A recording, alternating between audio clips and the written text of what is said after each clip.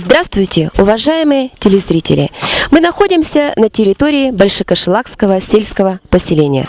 Многие из вас, уважаемые телезрители, наверняка знают, что здесь растет красивый замечательный сосновый бор, в котором растут белые грибы. Это единственное поселение, в лесах которых мы можем встретить белый гриб. Ну а то, что здесь находятся 3 замечательных памятника архитектурного зодчества, наверняка многие из вас не знают. Сегодня здесь будет проходить субботник по восстановлению старого старинного храма. Ну а более подробно нам об этом поведает глава Большекошелакского сельского поселения Галина Алексеевна Алексеенко.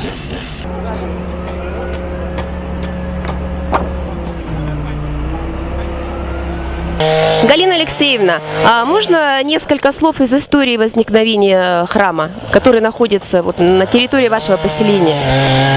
Ну, храм начал наш строиться в 2011 году, и в 2014 строительство было закончено, но в 2015 храм только начал действовать. До этого наше село принадлежало или было приписано к Свято-Никольской Кемельтейской церкви, а так как население очень увеличилось и расстояние до Кемельтейской церкви было большим, решили открыть храм. Это архивная справка, которая подтверждает строительство этого храма. Как удалось сохранить этот памятник архитектуры? Ну, сохранить, конечно, так это, будем говорить, громко сказано, мы не совсем его сохранили, и совесть нас за это мучает. Но, по крайней мере, сохранить вот в том состоянии, в котором он сейчас, нам удалось вместе с жителями. Потому что желания у всех было много, в основном тальцы пытались забрать его у нас, но жители воспротивились, и храм остался на своем исконном месте. Галина Алексеевна, благодаря кому будет возможно увидеть в скорости новое, красивое здание церкви? Кто оказывает вам непосредственную помощь и поддержку в столь благом деле? Ну, во-первых, надо сказать, может быть, это не будет совсем так быстро в скором времени. Мы думаем, что время это будет длительным. Но, по крайней мере, в первую очередь нужно сказать огромное спасибо владыке Саянской епархии, который просто влюбился и в нашу церковь, в наше село, и во все остальное, что нас тут окружает. Это в первую очередь. А второе, в последнее время к нам очень часто приезжают не только депутаты. Геннадий Николаевич давным-давно Нестерович был заинтересован и помогал, принимал участие. Мы пытались пробить разные варианты сохранения нашей церкви, и в том числе Геннадий Николаевич принимал в этом активное участие. Ну и в последнее время, я уж даже точно и не помню, руководитель, наверное, он Общероссийского народного фронта Николаев Николай Петрович,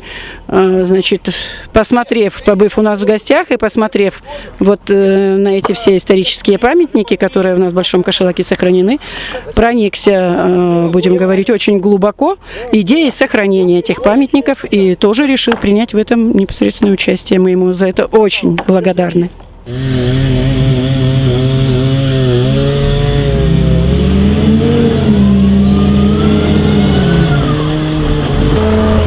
Андрей Иванович, кто сегодня принимает участие в субботнике, который посвящен восстановлению старинного храма? На сегодняшний день здесь собрался очень хороший коллектив, действительно коллектив значимый. Мы здесь видим и местных людей, мы здесь видим работников социальной сферы, то есть это Дом детского творчества, это спортшкола, это работники администрации. Это все люди, кому неравнодушно и очень тяжело видеть, как пропадают те старинные памятники, построенные нашими дедами и прадедами в процессе заселения Сибири. Куйтунская Нива, подразделение Саянского бройлера, сегодня предоставила погрузочную технику, сегодня пришел КАМАЗ, сегодня пришел ЗИЛ, сейчас придет трактор. И вот совместными усилиями, так как мы всем миром строили наш Куйтунский храм всех сибирских святых, мы сегодня беремся восстанавливать наш очень знаменитый храм Михаила Архангела, который находится в селе Большой Кошелак.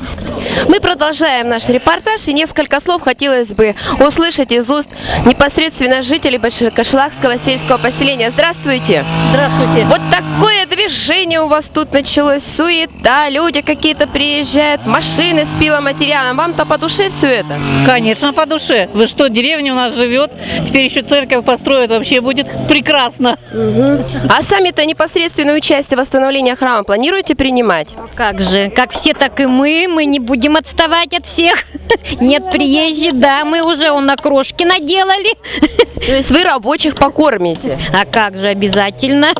Ну что ж, молодцы, а мужчины ваши тоже будут в общем деле принимать Мой участие? муж возит мусор на КамАЗе, Александр Ильич Сергеев, вот так я его жена.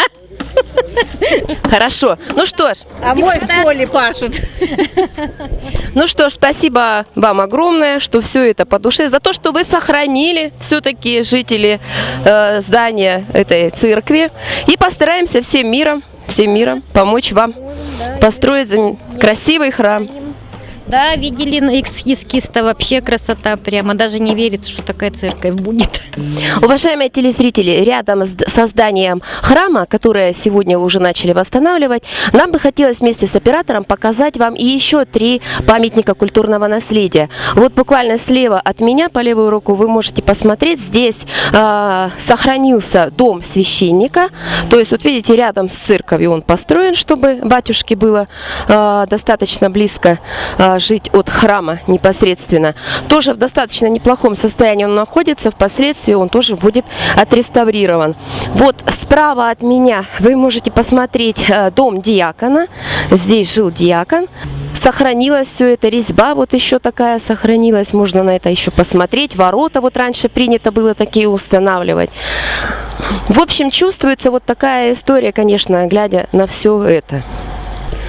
Ну, а чуть дальше мы сейчас тоже вам покажем. Находится тоже такой исторический, в общем-то, объект. Это дом купца. Когда-то, давным-давно жил здесь купец, имя которого я пока не могу вам сказать. Историческая справка запрошена. В следующих выпусках постараемся вам об этом напомнить. Ну и это вот оператор вам показывает дом купца. Тоже, смотрите, очень интересные окна так были. Резьба такая красивая. На большом, на высоком фундаменте установлен. Чувствуется такая мощь, что, в общем-то, сооружение было такого небедного человека.